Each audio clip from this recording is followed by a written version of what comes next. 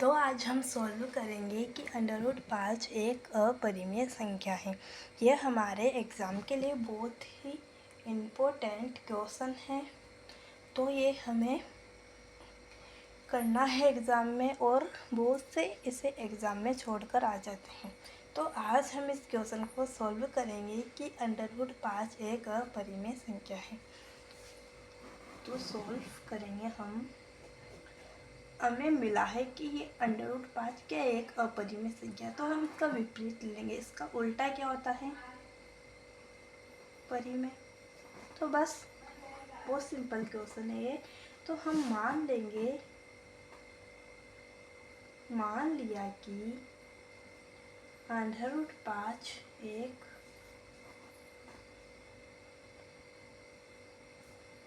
परिमेय संख्या है। मैं उधर नहीं लिख रही हूँ क्योंकि उधर आपको नहीं दिखेगा। तो मान लिया कि √5 एक परिमेय संख्या है।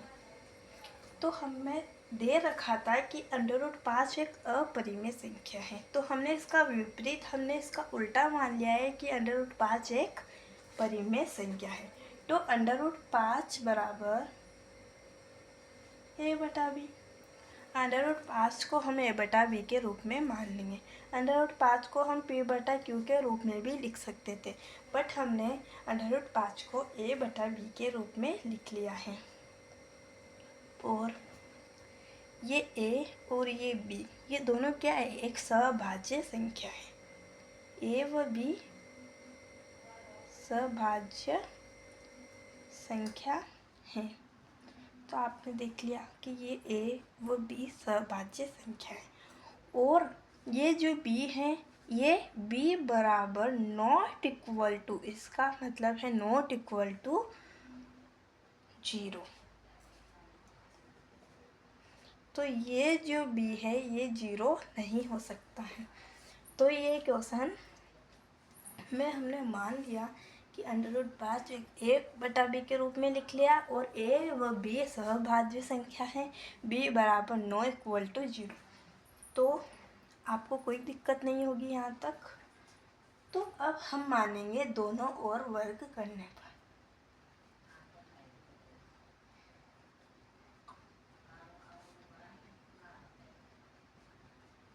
किस किस का वर्ग करेंगे हम 5 पर √5 और ये a/b दो ही तो है, तो हम दोनों का वर्ग कर लेंगे। तो √5 का हमने वर्ग कर लिया, बराबर का बराबर लिख दिया। a/b का हमने वर्ग कर लिया। स्क्वायर का मतलब वर्ग होता है, ये आपको पता होगा। इस स्क्वायर से हमेशा √5 कट जाता है। √5 और स्क्वायर कट जाते हैं, तो हमने काट लिया। बचा क्या? 5। तो 5 लिख देंगे, बराबर का बराबर लिख देंगे। a/b है, तो a/b को हम, a स्क्वायर है ना यहाँ पे, तो स्क्वायर को हम यहाँ पे भी लेके आएंगे, यहाँ पे भी लेके आएंगे। a²/b²। जिसको ये नहीं आता है उसको मैं अलग वीडियो में समझा दूँगी। ये स्क्वायर दोनों में लगता है, ये स्क्वायर नहीं, यहाँ पे भी लगेगा, यहाँ पे भी लगेगा। तो a²/b² हो गया। जिसके बटा में कुछ भी नहीं होता है उसके बटा में हमेशा 1 होता है, ये बात तो याद रखना। तो ये b² है, b² हम यहाँ लिख देंगे, बराबर a² का a² लिख देंगे, बटा में हम ये 5 यहाँ पे लेके आएंगे। इसको हम मान लेंगे समीकरण नंबर 1।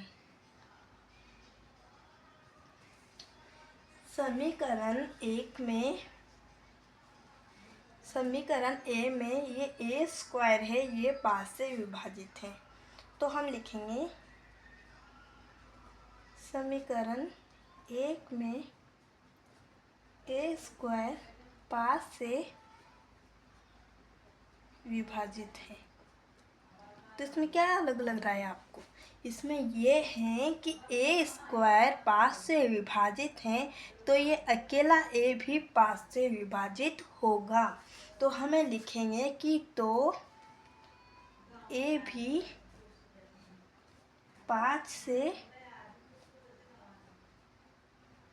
विभाजित होगा। जब ये ए स्क्वायर 5 से विभाजित है तो ए भी 5 से विभाजित होगा। तो आपको नहीं दिखेगा, हम इसको थोड़ा नीचे कर लेते हैं। तो ए स्क्वायर 5 से विभाजित है तो ए भी 5 से विभाजित होगा। तो हम मान लेंगे, माना ए बराबर 5c। क्या माना हमने? ए बराबर 5c है, 5c।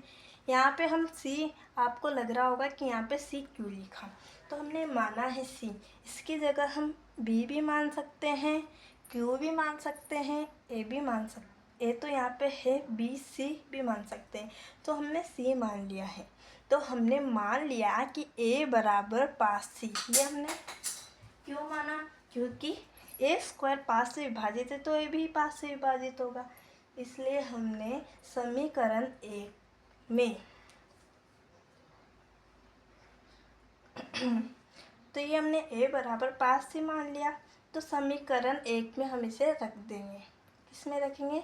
इस वाली समीकरण में हम ये रख देंगे।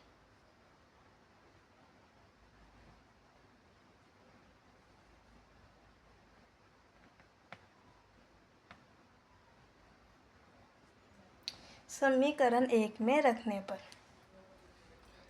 तो ये समीकरण हम यहाँ पे लिख देंगे। ये यहाँ पे बी स्क्वायर है तो हम यहाँ पे बी स्क्वायर लिख देंगे। यहाँ बराबर है, बराबर ए स्क्वायर का ए स्क्वायर बटा 5 का 5। तो हमने लिख दी है। तो बी स्क्वायर का हम बी स्क्वायर लिख देंगे बराबर ए की जगह क्या है, हमें क्या रखना था एक की जगह, तो हमें रखना था 5c। तो हमने ए की जगह लिख देंगे 5c। तो 5c, ए के क्या लग रहा है? स्क्वायर। तो स्क्वायर हम कभी भी यूँ नहीं लगाते हैं, हम कोष्टक में स्क्वायर लगाएंगे। बटा में क्या है इसमें? 5। तो 5 लिख देंगे बराबर, बराबर लगा दिया। बी स्क्वायर का हम बी स्क्वायर लगा देंगे बराबर 25 का वर्ग क्या होता है? वर्ग का मतलब क्या होता है ये बताओ। वर्ग मतलब 5 × 5। वर्ग का मतलब होता है 5 × 5। और क्यूब, क्यूब का मतलब क्या होता है? 5 × 5 × 5। क्यूब होता है 5 का क्यूब कितना होता है? 5 को 3 बार लिख दो। और 2 का क्यूब क्या होता है? 2 को 2 बार लिख दो। तो इसमें क्या है? 5 का क्यूब। तो 5 पंजे 25, 4 25, 5 का 5।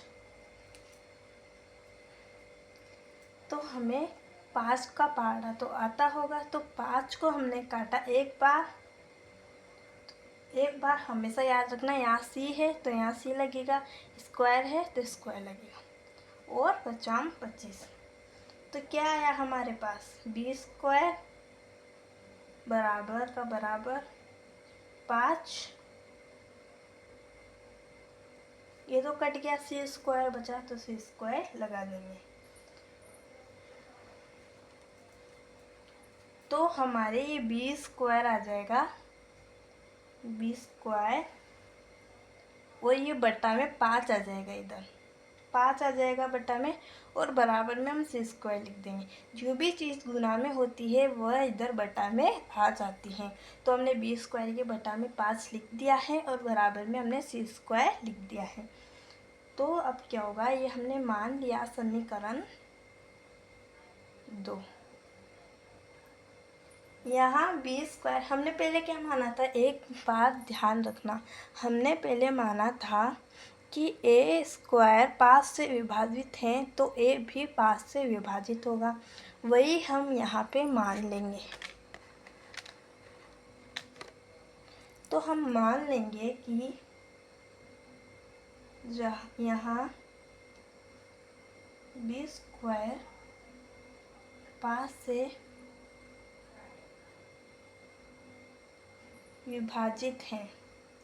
यहाँ बी स्क्वायर है, ये 5 से विभाजित है, तो बी भी, बी स्क्वायर 5 से विभाजित है तो ये अकेला बी भी 5 से विभाजित होगा।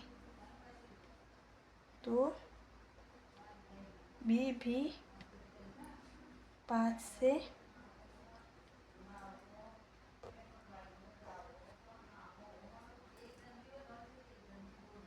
विभाजित होगा। तो हम लास्ट में एक लाइन जरूर लिखेंगे, अंतः हमारे द्वारा, नहीं पहले हम लिखेंगे अंतः √5 एक अपरिमेय संख्या है।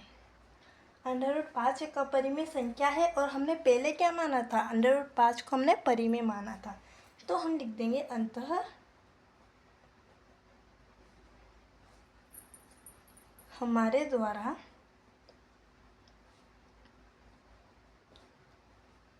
पूर्व में माना गया कथन